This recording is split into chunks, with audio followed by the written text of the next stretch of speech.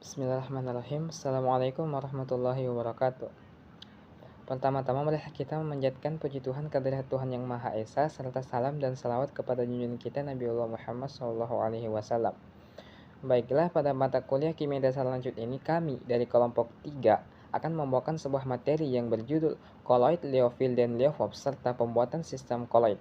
Nah, sebelum kami memulai materi kami, alangkah baiknya kami memperkenalkan anggota-anggota dari kelompok kami. Pertama, saya sendiri Muhammad Sabri Ismail selaku moderator.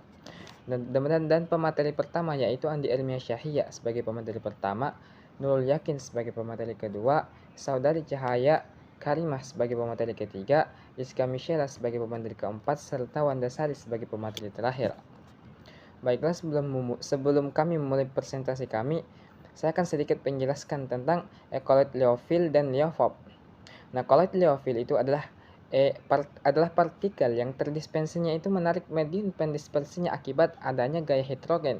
Nah, zat-zat yang tergolong koloid Liophil ini antara lain seperti lem karet, lem kanji, gelatin, agar-agar, dan busa sabun. Nah, sedangkan untuk koloid Liofop adalah koloid yang partikel terdispersinya itu tidak menarik medium dispersinya. Contohnya itu seperti susu, mayones, dan lain sebagainya. Baiklah, untuk materi yang lebih jelasnya lagi, saya akan persilahkan untuk pemateri pertama untuk menyampaikan presentasi kami. Baik, di sini saya akan melanjutkan pemaparan materi tentang pembuatan sistem koloid, yaitu mengenai pembuatan sistem koloid dengan cara dispersi.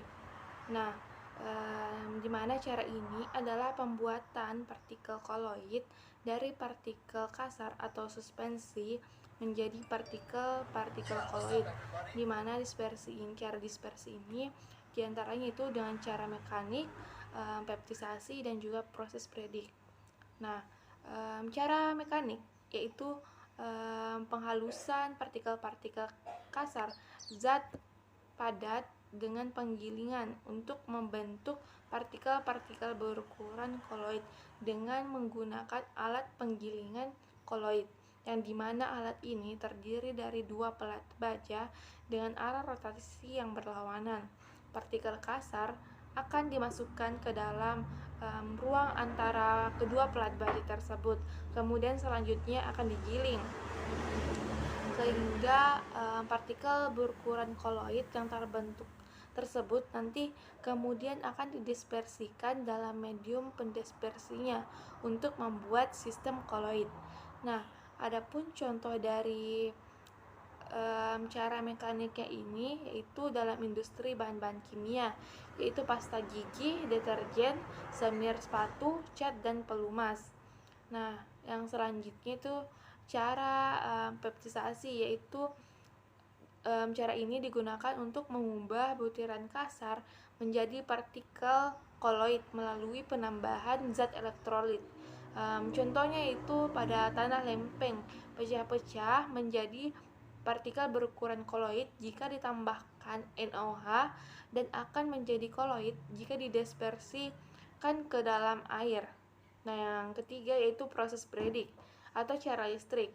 Digunakan untuk membuat sol-sol dari logam, misalnya sol emas, perak, platina, dan tembaga.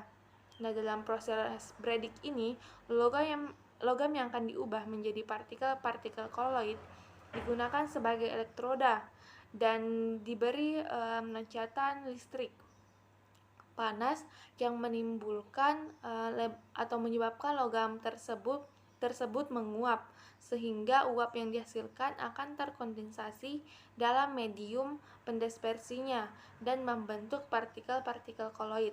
Nah, sekian pemaparan materi dari saya kembalikan kepada moderator.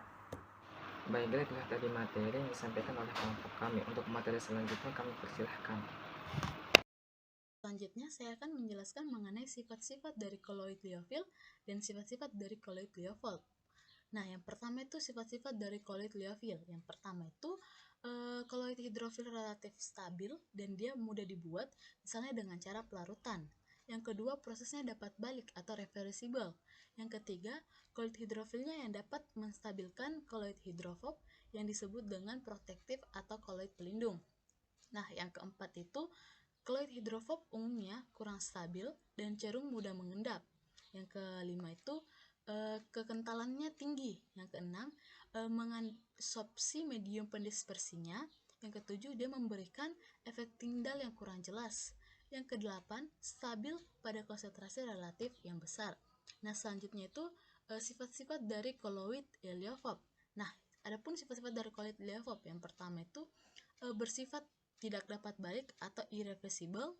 Yang kedua, jika koloid hidrofob mengalami kehilangan air, koloid tersebut tidak dapat kembali ke keadaan semula walaupun ditambahkan dengan air.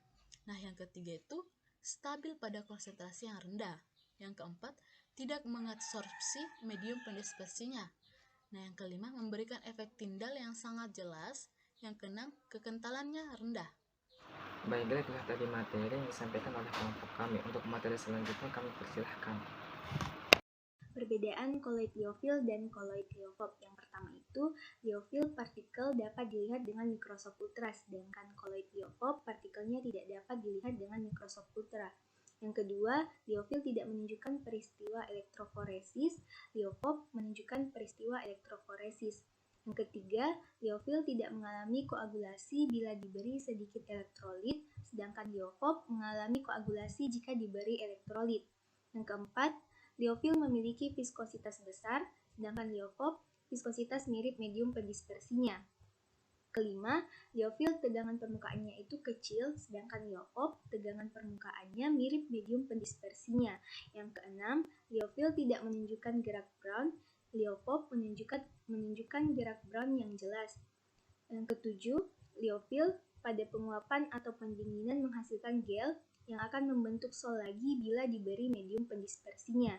Sedangkan heliofob pada penguapan atau pendinginan akan menghasilkan koagulasi, tidak membentuk sol kembali bila diberi medium pendispersinya. Baiklah, itulah tadi materi yang disampaikan oleh kelompok kami. Untuk materi selanjutnya kami persilahkan. Baik, terima kasih atas kesempatannya. Di sini saya akan memaparkan tentang beberapa contoh dari koloid liofil dan koloid liofob. Yang pertama itu koloid liofil. Contohnya itu seperti sabun, deterjen, agar-agar, kanji, dan gelatin. Kalau untuk koloid liofob itu contohnya seperti sol logam, sol beleran, susu, dan mayones. Sekian dari saya. Itulah tadi materi yang disampaikan oleh kelompok kami. Mungkin hanya ini yang dapat kami sampaikan. Adapun kesimpulan dari presentasi kami pada hari ini yaitu koloid dengan fase pendispersi cair yakni sol dapat dibedakan jadi dua, yaitu koloid liofil dan koloid liofob. Nah, perbedaan koloid liofil dan liofob ini berdasarkan atas interaksi antara fase terdispersinya zat pelarut dan fase pendispersinya yaitu zat pelarut. Mungkin hanya ini yang dapat kami sampaikan, kurang lebihnya mohon dimaafkan. Sekian, assalamualaikum warahmatullahi wabarakatuh.